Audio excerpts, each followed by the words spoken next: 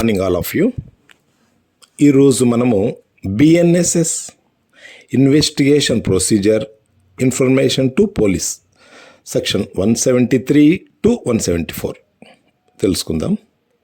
First section 173 cognisable నేరం గురించి ప్రథమ సమాచార report information in cognisable cases. ఒక విచారణ యోగ్యమైన నేరము అంటే కాగ్నిజబుల్ గురించి ఆ నేరము ఎక్కడ ఏ ప్రదేశంలో జరిగినా ఒక వ్యక్తికి తెలిసినప్పుడు ఏదైనా ఒక పోలీస్ స్టేషన్ అధికారికి ఆ సమాచారంను ఆ వ్యక్తి మౌఖికంగా కానీ లేదా ఎలక్ట్రానిక్ మాధ్యమం రూపంలో కానీ తెలియపరచవలసి ఉంటుంది.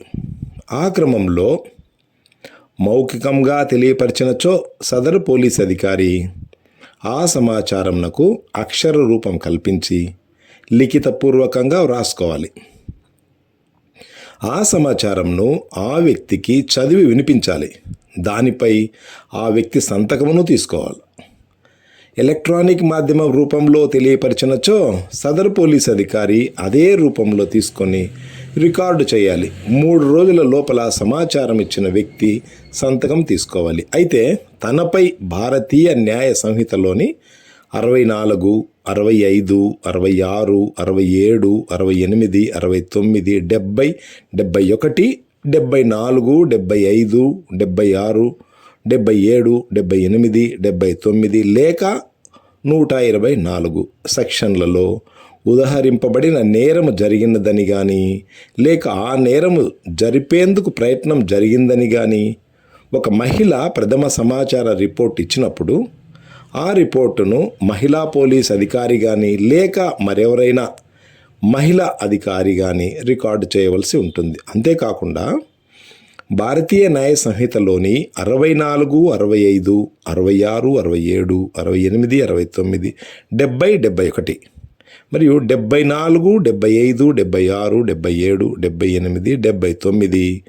మరియు 124 సెక్షన్ల క్రింద ఎవరిపై నేరం జరిగిందో లేక నేరం జరిపే ప్రయత్నం జరిగిందో ఆ వ్యక్తి కనుక తాత్కాలికంగా కానీ లేక శాశ్వతంగా కానీ మానసిక లేక శారీరక అస్వస్థురాలు అయినట్లయితే ఆ రిపోర్టును కేవలం పోలీస్ అధికారి మాత్రమే ఆమె నివేశ గృహంలో కానీ లేక ఆమె అభిమతాన్ని అనుసరించి మరేదైనా సౌకర్యవంతమైన ప్రదేశంలో కానీ రికార్డు చేయాలి.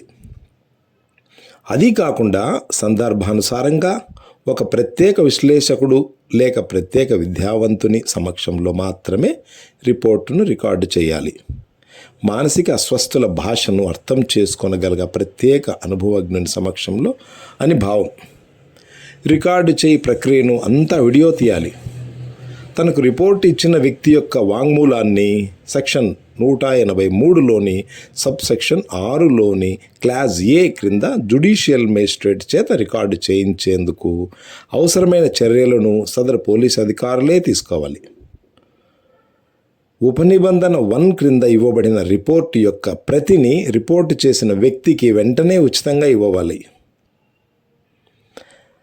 సెక్షన్ 175లో ఏ విధముగా ఉన్నప్పటికీ 3 సంవత్సరములు తగ్గకుండా గరిష్టం 7 సంవత్సరముల శిక్ష విధింపదగిన ఒక కాగ్నిజబుల్ నేరము జరిగినట్లుగా ఒక పోలీస్ స్టేషన్ యొక్క అధికారికి సమాచారం అందిన సందర్భంలో ఆ నేరం యొక్క తీవ్రతను బట్టి సదరు పోలీస్ స్టేషన్ అధికారి డిప్యూటీ సూపరింటెండెంట్ ఆఫ్ పోలీస్ లేక అంతకన్నా ఎక్కువ హోదా ఉన్న పోలీస్ అధికారి నుండి ముందస్తు అనుమతిని పొంది సదరు కేసు వాస్తవికమైనదేనా అను అంశంను నిర్ధారించుకొనుటకై ప్రాథమిక విచారణ జరపవచ్చును. 14 రోజుల లోపల లేక సదరు కేసు వాస్తవమైనదని భావించిన సందర్భాలలో నేర పరిశోధనకు ఉపక్రమించవచ్చును.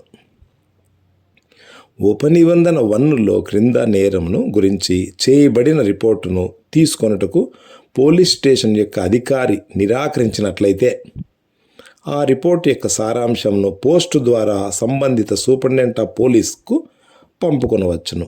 ఆ సమాచారమును విచారణ యోగ్యమైన నేరము గురించినదేనని పోలీస్ సూపరింటెండెంట్ తృప్తి చెందినట్లయితే ఆ నేరమును గురించి తానే స్వయంగా విచారించవచ్చును లేక విచారణ జరపవలసిందిగా తన క్రింది అధికారిని ఆదేశించవచ్చును.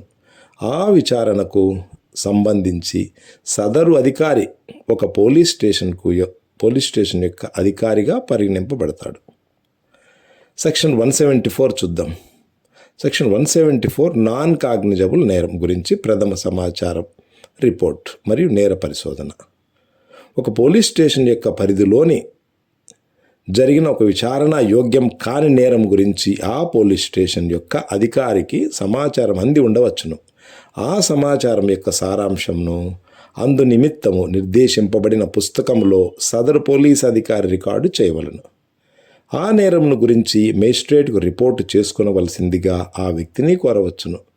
ప్రతి 15 రోజులకు ఒకసారి అటువంటి కేసుల వివరాలను మేజిస్ట్రేట్కు పంపవలను. మేజిస్ట్రేట్ యొక్క ఉత్తర్వులు లేకుండా విచారణ యోగ్యం కాని కేసును పోలీస్ అధికారి విచారించరాదు, లేక విచారణ నిమిత్తం కోర్టుకు పంపరాదు.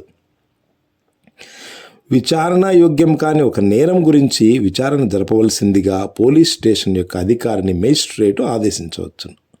అప్పుడు ఆ నేరమును విచారణ యోగ్యమైన నేరముగా పరిగణించి సదరు పోలీస్ అధికారి విచారించవలసి ఉంటుంది. అయితే నేరస్తులను మాత్రము వారెంట్ లేకుండా అరెస్టు చేయరాదు. ఒక కేసులో ఒకటి కన్నా ఎక్కువ నేరములు ఇమిడి ఉండి వాటిలో కనీసం ఒక్కటైనా విచారణ యోగ్యమైన నేరం ఉన్నట్లయితే మిగిలిన నేరములు విచారణ యోగ్యం కానివి అయినప్పటికీ మొత్తం కేసు విచారణ యోగ్యమైన కేసుగానే పరిగణింపబడుతుంది. ఇది విషయం. Thank you.